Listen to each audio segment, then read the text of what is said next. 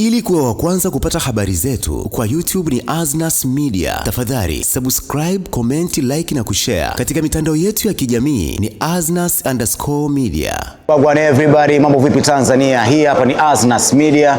Mimi naitwa Chumvi the baddest right here. Ni presenter starring Nyamwezi Lilobaki mjini. Of course, unajiuliza ni nini ambacho kinaendelea, lakini hii ni miaka 30 ya Bongo Flava ambayo inafanyika hapa Hayat Regency hapa Dar es Salaam of course. Na kama unavyoona nyuma yangu kuna picha ambazo zipo, picha nyingi za kutosha, na hawa ni wasanii ambao wameuheshimisha huu muziki wa Bongo Flava hadi leo inafika miaka 30 na kuendelea kama hivi ambavyo unaona. Kwa huko ndani wapo celebrities ambao ni brothers, brother kwa heshima yako kaka. Anaitwa Sogi Dogi Anta. Wao ni kati ya brothers ambao wameushepu muziki wa Bongo Flava hadi ukafika hapa ulipo. Mwanzo ulikuwa kama muziki wa kiuni, but this time around imekuja kuwa biashara and things zina move. Of course, Aznas tumefika hapa ili tuweze kuwaona mabrother na kujua kile ambacho wanaendelea nacho. Of course leo ilikuwa ni press conference na zoezi zima litafanyika tarehe 10 mwezi wa 7 mwaka 2026. Lakini huu hapa mchakato wa kuwaheshimisha wasanii na magwiji wa Bongo Flava unaendelea throughout the year. Nyimbo imetoka, tutaiona, na of course tunaendelea kupiga nao story huko ndani.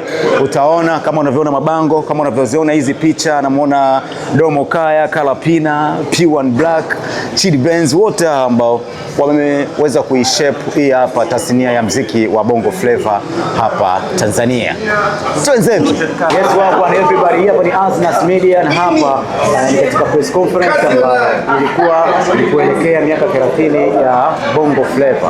Of course ni issue zima ni kuwaheshimisha wale ambao walitengeneza njia za hapa Bongo Flava ambao tunaona leo. In front of you niko na my brother Philq.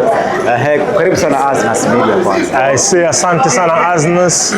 Ndio. Nafahamika kama printer, nafahamika kama Aznas Studios, masuala ya muziki na nini, lakini zaidi nawafahamika kama watu ambao mnakuja kuandaa tuzo za hip hop. Umeelewa vizuri? Yes. Kwa hiyo karibuni sana. Mko mnasemaje bwana? Basi sisi tunataka kupiga story na wewe kuhusiana na kwanza event hapa nzima. Idea kubwa ilikuwa ni nini brother? Idea kubwa ilikuwa ni kuweka historia sahihi juu ya mageuzi na urithi uliofanywa na wachonga barabara wa hii kitu huitwayo Bongo Flava.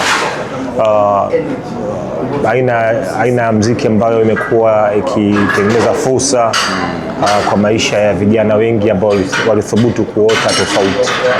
Umeelewa, watu walichagua kuota tofauti na ikapatikana Bongo Flava, na ndio hii ambayo tunakuja kujaribu kuiangazia na vitu kama hivi. Bwana brother, na jambo jingine najua uko busy sana, excuse us, tutafanya kwa ufupi sana.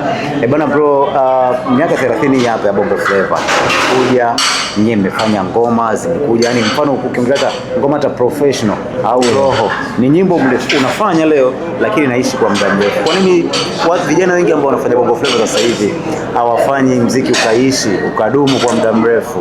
Wewe ungependa kuwashauri nini hata kwa ufupi? Nafikiri kwanza zimekuwa hivyo kwa sababu wengi wetu hakukuwa na studios nyingi. Kwa hiyo ilikuwa ikitokea ukapata nafasi ya kuitwa studio au kwenda studio ukafunguliwa milango, unakuwa kwanza hiyo nafasi ya uiombi mpaka unapokuwa umejitayarisha, kwa maana kwamba tayari una ngoma, sio ambao unaenda kusoma kwenye karatasi, unayo kichwani. Umeelewa vizuri, ambayo umetenga muda mrefu kuiandaa na vitu kama hivyo. Nafikiri ndio maana ngoma nyingi za zamani zinakuwa zina kazi na dumu, kwa sababu hata kutengenezwa kwake zimechukua muda kidogo. Unakuta mtu alijifungia akajipanga akakariri ndio kaingia studio. Unlike siku hizi tunaingia studio tunakutana na beat hapo hapo siku hiyo, mimi naandika mistari hapo hapo na rekodi hapo hapo, na tunakuwa tunatoa kesho yake vitu tofauti. Na ndio maana nafikiri inapelekea unakuta ngoma imetoka kali, lakini labda baada ya wiki unakuwa uone ukali wake wote unaendelea na shughuli zako nyingine. Exactly. Okay.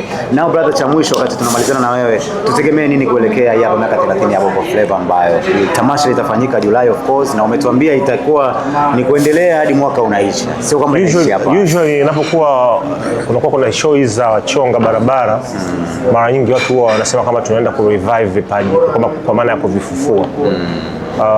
Sasa hii ipo kwa ajili ya mchonga barabara mwenyewe kuwafufua mashabiki. Anakuja kuwafufua mashabiki, sio mashabiki wafufue kipaji cha zamani. Sijui umeelewa vizuri kama bwana, watu wangu, huyu ni mimi hapa. Mimi nipo na bado niko in the full fat mode, ready to rock and roll. Ili twende fanyeni hivi, tufanye hivi. Exactly. Nashukuru sana. Bana, shukrani sana, respect. Pamoja sana. Asnas Media.